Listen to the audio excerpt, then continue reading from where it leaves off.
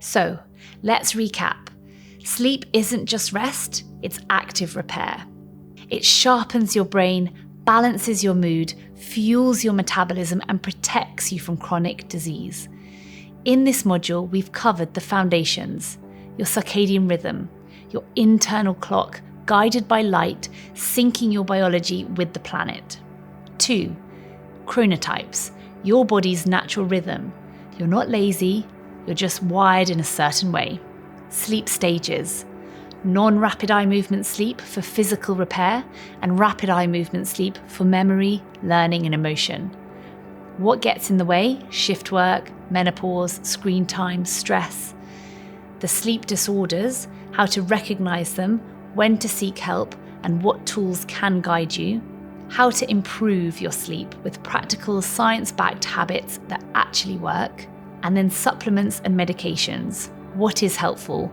What should we be cautious about? And when are they appropriate? So now let's move from knowledge into action.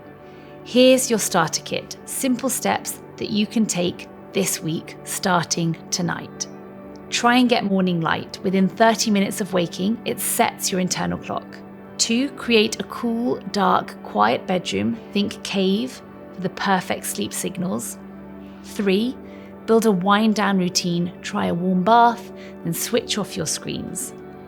4, supplement smartly. Consider Dendro Night Restore for targeted, natural support. Journal or meditate before bed. These calm your nervous system and they help reduce overthinking.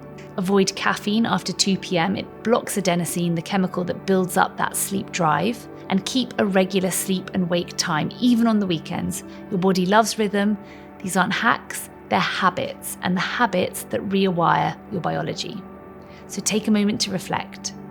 What one thing could you tweak tonight? Was it the screen time? Is it your stress level? Is it your light exposure?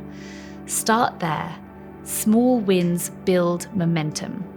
And if something doesn't work, or it does work, test it and adjust it.